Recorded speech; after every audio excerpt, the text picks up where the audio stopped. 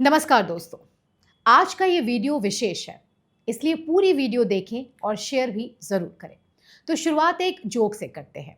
त्रासदी ये है कि मुझे इसे जोक कहना पड़ रहा है। खैर, जोक है कि एक बार बाबू जगजीवन राम पंडित नेहरू के साथ सोवियत रूस गए।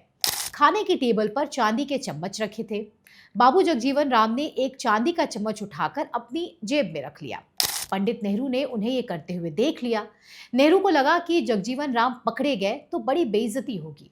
उन्होंने अपने दिमाग से एक तरकीब निकाली और रूसी मेजबानों से बोले, देखिए मैं आप सबको एक जादू दिखाता हूँ। टेबल से एक चम्मच उठाते हुए नेहरू जी बोले, देखिए मैं ये चम्मच अपनी जेब में रखूंगा, लेकिन निकालूंगा जगजीवन राम की जेब से। उन्होंने ऐसा ही किया और लोग चकित रह गए। देश की इज्जत भी बच गई। वर्षों तक इसे जोक कहकर चलाया गया, सुना सुनाया गया, चटखारे लिए गए।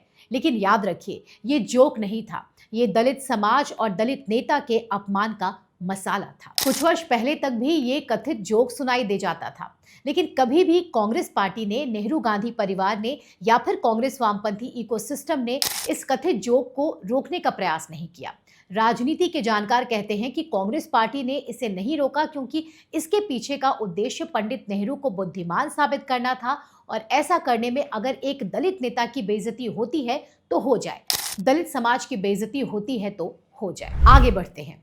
नेहरू की अगली पीढ़ी इंदिरा गांधी पर आते हैं। आरोप लगते हैं कि इंदिरा और उनके बेटे संजय गांधी ने षड्यंत्र के तहत बाबू जगजीवन का अपमान किया था। हुआ ये था कि इमरजेंसी के विरोध में बाबू जगजीवन राम ने कांग्रेस छोड़कर जनता पार्टी ज्वाइन कर ली थी। 1977 के लोकसभा चुनाव में प्रधानमंत्री पद के प्रत्याशी के लिए बाबू जगजीवन राम का नाम चल रहा था और अटकलें थी कि प्रत्याशी वे ही बनेंगे। इसके पीछे कई कारण थे। वे एक बड़े राष्ट्रीय नेता थे, स्वतंत्रता सेनानी थे, कुशल प्रशासक थे, लेकिन कांग्रेस को यह स्वीकार नहीं था कि एक दलित प्रधानमंत्री बन जाए। वरिष्ठ राजनीतिक पत्रकार नीरजा चौधरी अपनी किताब हाउ प्राइम मिनिस्टर डिसाइड में लिखती हैं कि संजय गांधी और राज नारायण ने मिलकर निर्णय किया कि पहला कदम बाबू जगजीवन राम को राजनीतिक तौर पर किनारे करना है। नीरजा चौधरी बताती हैं कि बाबू जगजीवन राम की राजनीति खत्म करने के लिए कांग्रेस पार्टी और संजय गांधी ने उनके बेटे सुरेश राम की न्यूड तस्वीरें दिल्ली की एक मैगजीन में छपवाई थी। आरोप है कि सुरेश राम और उनकी महिला मित्र को किडनैप करके जबरदस्ती उनकी आपत्तिजनक फोटो लेकर दिल्ली से पब्लिश होने वाली सूर्या मैगजीन में छापी गई। जानते हैं सूर्या मैगजीन की संपादक कौन थी? संजय गांधी की पत्नी मेनका गांधी। जब बाबू जगजीवन राम के बेटे की न्यूड फोटो संजय गांधी ने छपवा दी तो उसके बाद जो होना था वही हुआ। दलित नेता प्रधानमंत्री पद की रेस से पीछे चले गए। ये है कांग्रेस के दलित प्रेम की सच्चाई। दोस्तों, कांग्रेस की सच्चाई जब हम आपको बता रहे हैं तो सीताराम केसरी की पिटाई की घटना कैसे छूट सकती है?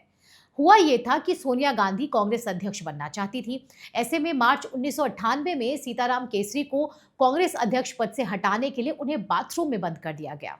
कांग्रेसी कार्यकर्ताओं ने उनकी धोती फाड़ दी, उन्हें बेइज्जत किया, उनकी नेम प्लेट को कूड़ेदान में फेंक दिया और सोनिया गांधी को अध्यक्ष घोषित कर दिया गया।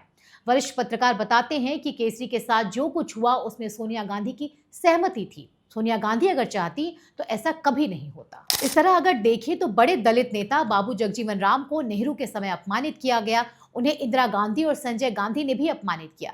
इसके बाद सोनिया गांधी ने ओबीसी नेता सीताराम केसरी को अपमानित किया।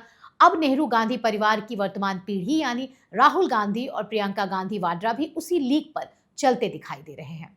कांग्रेस अध्यक्ष मल्लिकार्जुन खड़गे की ये तस्वीरें आपने देख ली होंगी। वायनाड लोकसभा सीट पर प्रियंका गांधी वाड्रा नॉमिनेशन करने पहुंची थी।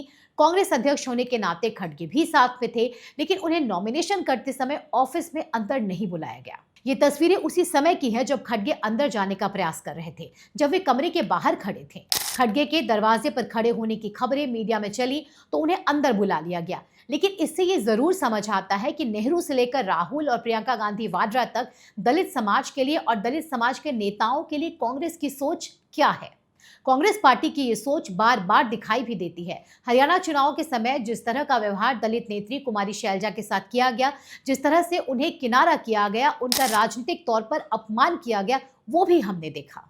लोकसभा स्पीकर के चुनाव के समय जब परिणाम तय होने के बाद भी कांग्रेस ने अपने ही दलित सांसद कोनिकुटी सुरेश को मैदान में उतारकर उनका जो अपमान किया वो भी देश ने देखा। दोस्तों, कांग्रेस ने बाबा साहब भीमराव अंबेडकर के विरुद्ध अपना प्रत्याशी उतारकर और नेहरू ने स्वयं प्रचार करके उन्हें जो चुनाव हरवाया था वो भी आपको जरूर याद होगा। ऐसे में सवाल उठता है कि नेहरू से लेकर प्रियंका गांधी वाड्रा तक जब नेहरू गांधी परिवार और कांग्रेस दलित समाज के नेताओं का इस तरह से अपमान करते आ रहे हैं, फिर वे किस नैतिक आधार पर स्वयं को दलित हितैषी बताते हैं?